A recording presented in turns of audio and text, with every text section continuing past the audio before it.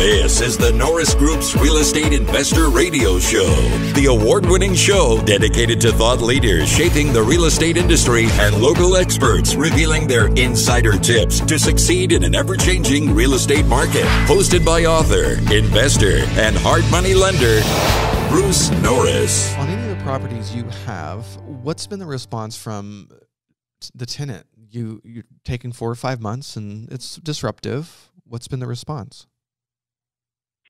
Well, I incentivized one tenant to allow me to do this, and a couple others were actually vacant. I had just bought them actually to flip them. I thought, no, these are good keepers. So I was renovating the main house at the same time I was getting the ADU plans approved. So each case is sort of case by case. Part of the other thing I didn't realize last year is I'm supposed to be living in one of these and renting the other, whereas in come January, you can rent both of them. There won't be that restriction. So I've had to, well, there's exceptions. In Long Beach, you can rent both units as long as it's to the same tenant. So I've had to do some workarounds like that for each one. But yeah, I'm glad that rule will be changing come January. There's not that restriction to live in one. Yeah, that's a big deal. I mean, who's monitoring that, though, as well? I mean, that's insane. Yeah, I don't know. Cities can't even keep up as it is, so I don't think they're going around knocking on doors to check. Yeah, especially if they can't get it together in the planning department. But you never know. Code enforcement making to plug that money since the REO tickets aren't making any money anymore. Right. It is a possibility. And I've been warning investors, too. I would want to know going in how friendly they are to investors and non-owner. Because my complaint to several cities, I'm like, you're cutting off the people who have the inventory, have access to private capital, know what they're doing, and they know how to be a landlord. Oh, that's a great idea. Instead, you're pushing it on owner-occupants that have never been landlords. They're just trying this new. It just sounds like a recipe for disaster, where if they're really wanting to get affordable housing out, it would make more sense. But that's just too practical. This all takes effort. Like, I finally got smart and decided to go into one city and try to meet the guy in charge of, some of this stuff. And surprisingly, he was open to talking to me. I said, I'd really like to get a couple more investment properties in your city. Can we meet? And he's totally open to it. So we have a lunch scheduled for January. So I think that's the key. Just what you said is finding the ones that are investor friendly. Because I think there might be some money for us eventually. I've been talking about this a lot too, either rebates if you're installing energy efficient stuff, or a part of the 18 bills that passed in October, somewhere in Los Angeles, there was like a joint partnership by several cities that were putting together something on affordable housing. And with the bad news of the city of LA spending $1.2 billion for a little bit more than half of what they were hoping, and on the average cost being $530,000 for affordable, I have air quotes in the air right now, affordable units. Imagine what that could have done in the ADU space. If the average is costing around $150,000 for the structure, I mean, it could have been spread out all over the city. It's sad. Bureaucracy, I think the private space could deal with this better and faster, but I don't know if they'll ever do it. So for the properties that were vacant and you built them on, did you say that you rented them up while you were building the ADU? I did. So, but I was trying to get them to the point where, it wasn't a total construction site in the backyard still. It was almost to the way to completion. So I ended up with a few months vacancy on a couple of them, but no, that's okay. I could see the vision with it until they're leased up now. And how is it having two tenants? I guess it's just like having a duplex, huh? Yeah, well, it is case by case. Like one I've got, actually two I've got rented to the same tenants for both. Another I did AITD, a wraparound on, so technically the owner is living in one of the units. Another one I master leased to a gal who Airbnbs both units, which is legal. She's got a permit to do that. So yeah, I've sort of had to get creative case by case on these. Going forward, I'm kind of excited because, I'm not going to have to worry so much about finding a covenant and trying to live in, 10 different ADUs all across Southern California. I'm going to be able to just rent them all myself, hopefully. Keeping an office in each and every one. Yeah, right. Oh my goodness, no joke. And I know I went and visited Michael and Dennis out in Los Angeles, who were on the panel originally with you, and they were building in Los Angeles at the time as well. And they do the strategies where they do Airbnb in the front while they're building the back, and they fully disclose to the vacation rental tenant, like, hey, during the day, this is what's happening. But most people, they attract are out there doing things during the day in LA. They don't care anyway. They're not there to take a nap. But they killed it on that front. Well, not to go off on a tangent, but City of LA is really clamping down on all kinds of Airbnb rules and regulations, and I don't really want that as a business model going forward, just because it's too risky to have the cities telling you what you can do and what you can't do with your property. So yeah, and that was one thing that the bills did spell out, is that, the state gave a lot of permissions and a few different interesting fronts, but that was one of them, is 30-day and less rentals that the ordinances could outlaw, because this was a move for affordable housing. So I can see, I had one of those phone calls today. I'm like, good luck with that. They're like, can't you write a letter? I'm like, no, I'm doing what I can at the top level, but at the end of the day, we need more affordable housing, and I just think almost every city is going to come in, and this is going to give them an excuse. No more vacation rentals, or they're going to make it very onerous, unfortunately. Now, it doesn't mean that you can't do longer-term rentals, like traveling nurses, and, there's executive rentals kind of thing. I think there's other opportunities. I think there is, and it's just it's getting creative with it. Or co-living. At the end of the day, I want something simple. I don't want to be, having to think about, is there enough toilet paper at this property for my Airbnb guests? I don't really want that. So trying to just think ahead and, just simplify things a bit. So, it's not always bad when they come up with rules that irritate you initially. I'm just curious, the tenant that you rented both out to, were they excited about having the ADU? Oh, yeah. Yes. Was it a big family, or what was the situation? One is a big family and friends, or colleagues of some sort. The other is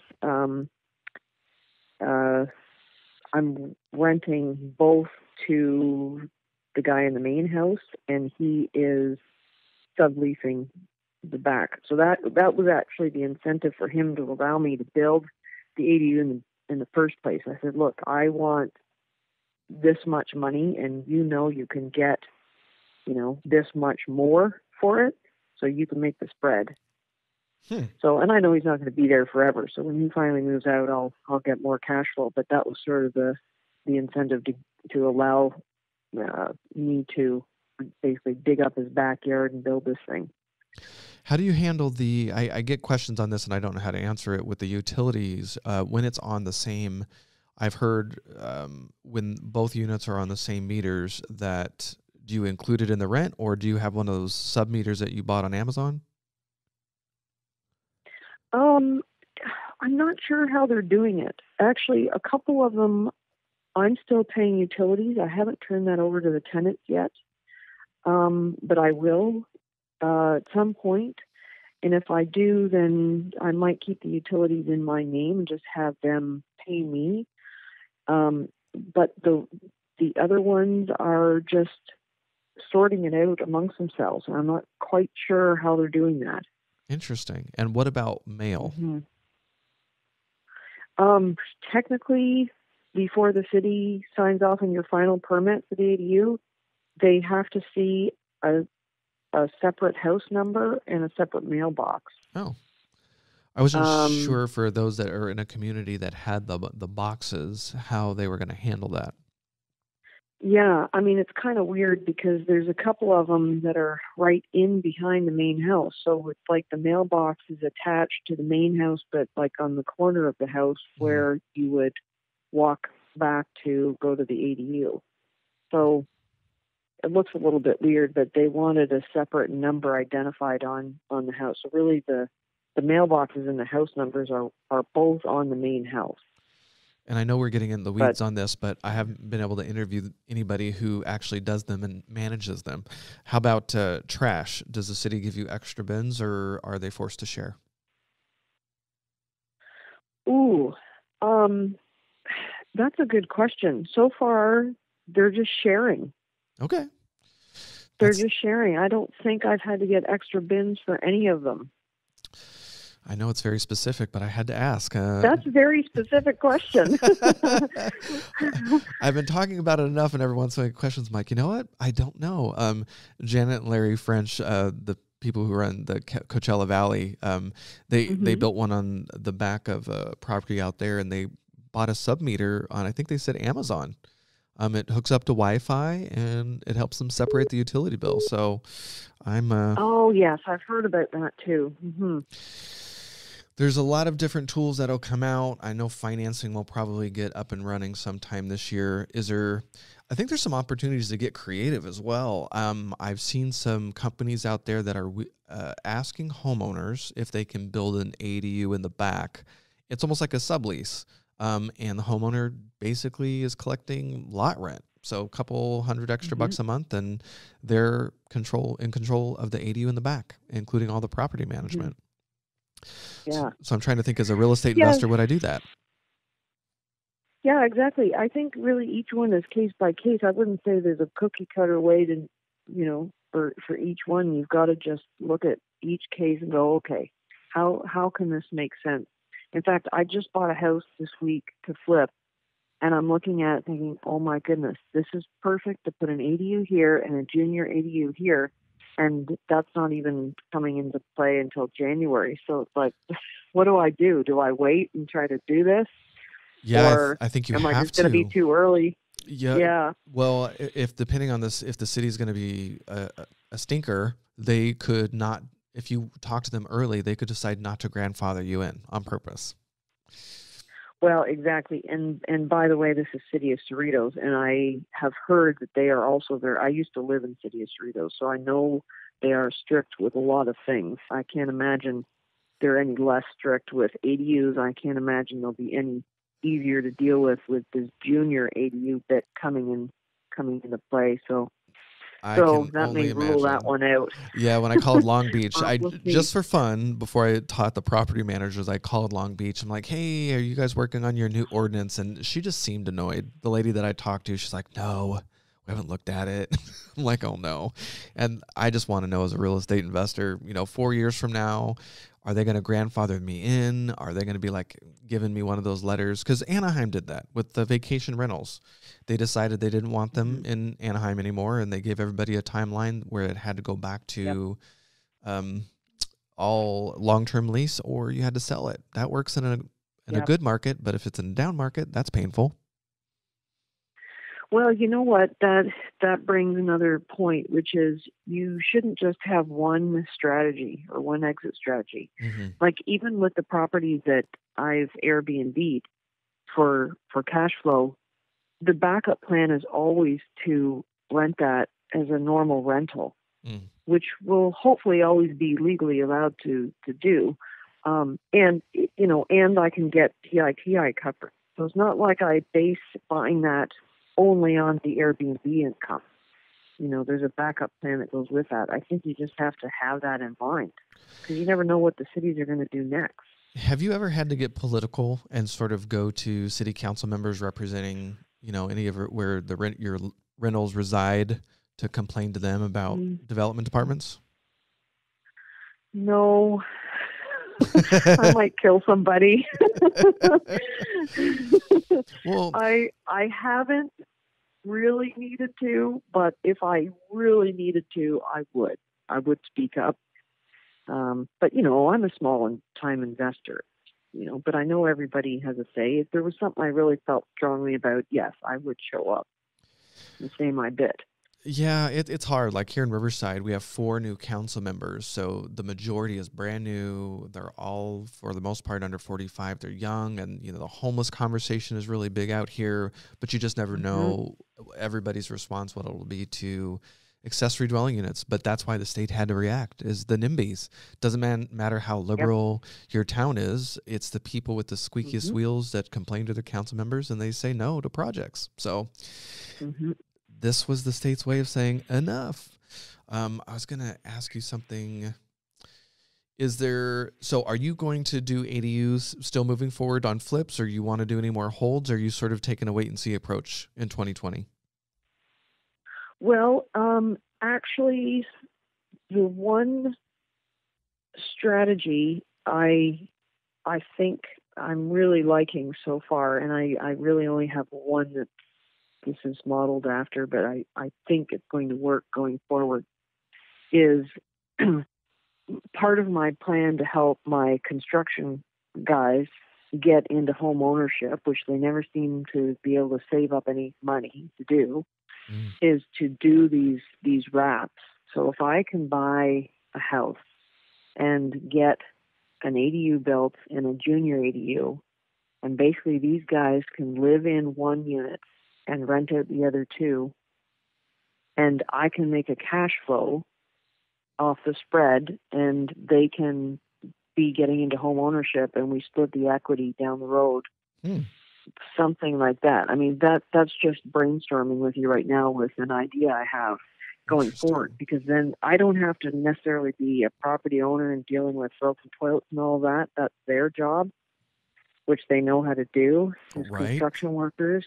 That I collect the cash flow, and I know how to structure it so that it does cash flow and get these ADUs built for extra income for them. Then I think that could be a win-win all the way around. So that's one idea I have. Yeah, that's one idea I have for next year.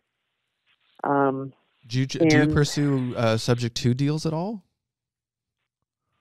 Well, I would take them down with cash or private money. Okay. And then build the ADUs, refinance, I can actually get, normal loans, principal and interest, 30-year fixed type thing.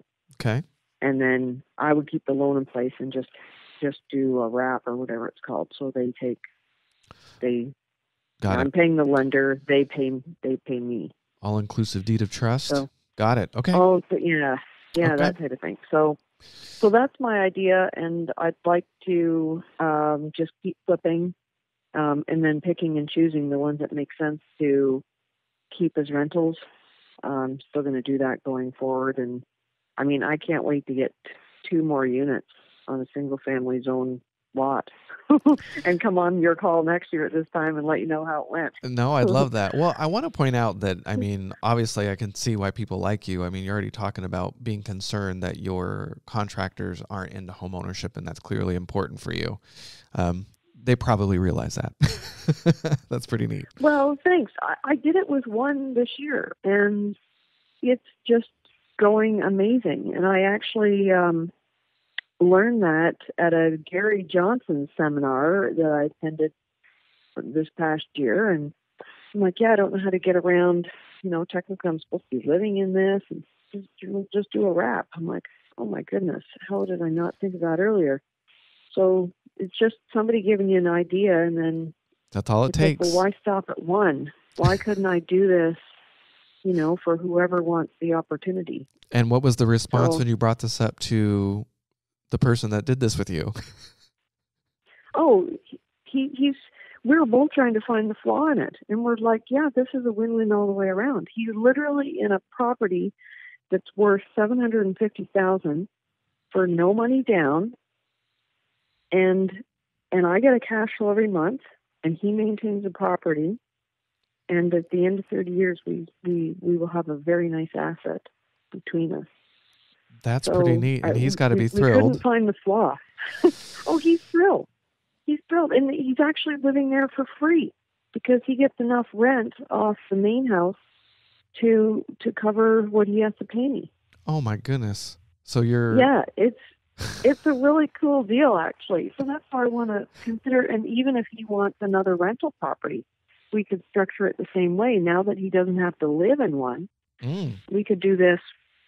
For any other properties, you'd have to find certain areas that would make sense. right. But now that they're allowing 2 more units, essentially, Yeah. it's going to make sense somewhere. Are you looking at So opportunity zones as a sort of a layered approach to this at all? Yes, I did look into it. You need the capital coming from an existing project to dump into that. So I'm very interested in that in some way. I just don't know how yet. I don't know how that's going to play out for me personally. Yeah, there's a few different ways to do it. I think I don't like being tied to anybody for 10 years. I can go by myself, but like creating a fund with other people doesn't sound exciting to me. But as an alternative to 1031 exchanging, maybe, I don't know. I'm still marinating on it a little bit. Yeah, well, and I got some consultation from a tax attorney already last week, and we're just trying to figure out, is that even going to make sense? Does it make sense to just take the nice 5 properties I have right now with ADUs and just chunk those down and get those paid off, and just have that nice cash flow coming in, that I can live off? Or should I be looking at opportunity zone where 10 years down the road I can sell, I have an asset with a lot of tax benefits? I'm not sure. There's so many things to consider. It's a bit of a moving target still. Yeah, we've been having a lot more estate planning conversations with people of late, and I'm like, do you have a really good CPA? I'm going to throw you some ideas, but you're really going to have to sit down with them and walk through, because it depends on where people are at in their career. It sounds like you and I are on a similar page. We just want passive and less exciting.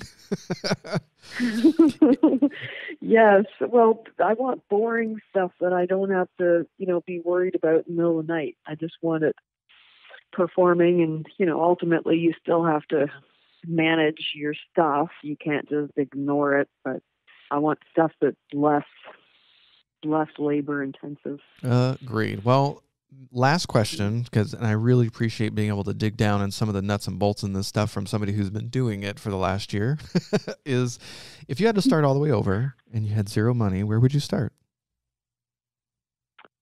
Oh my goodness. Sorry, put you on the spot. Right where I started. Yeah. Right where I started. I don't think I would change anything, because when I came here, it was in 2007. Well, that's right when everything was crashing. Well, I didn't know what was going on. You didn't know any better. I didn't know any better. So come 2008, I thought, what? Everything just is 40% off right now. So in hindsight, I would have learned. I don't know if you can learn any faster. You only have so many resources. You only have so much knowledge. You can do what you do with what you have at the time.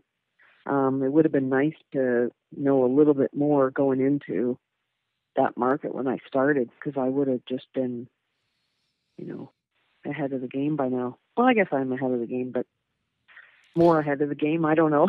I know, everybody. I wouldn't have changed anything. I still would have come here. I would have bought more. I would have bought more. I would have helped more. I mean, some of the houses I flipped, I bought for $180, flipped for $300, and they're worth like $700 now. I track some of these that end up getting resold. Why do you torture yourself that way? I know. Don't do that. So you plan on staying in California, and you just think that there's still opportunity here? I do. Until I can decide on something better, I don't know what else to do. So for now, I'm going to stay put. No, I agree. I think we're still lending out here. I think everyone's like, oh my gosh, they're selling all their assets. I haven't. Some of the assets I would never be able to replace for what I bought them for. And at the end of the day, every market has its opportunities. The strategies might shift, but everybody will find a way. Well, if there's anybody who would like to get in contact with you, what is the best way they can do so? Oh, well, Facebook is a place that I post super interesting stuff that I come across in my business, so you can connect with me there. And my email is professionalhomehelp@gmail.com would be another good way. Okay. And we'll put the bio up on the website, so we can we'll put click-throughs to your website and whatnot. And I just really appreciate your time. Oh, thanks, Aaron. I always enjoy chatting with you. I appreciate it. The Norris Group originates and services loans in California and Florida under California DRE License 012-19911, Florida Mortgage Lender License 1577, and NMLS License 1623669. For more information on hard money lending, go to thenorrisgroup.com and click the Hard Money tab. For more information on hard money loans and upcoming events with the Norris Group, check out thenorrisgroup.com. For information on passive investing with trust deeds, visit tngtrustdeeds.com.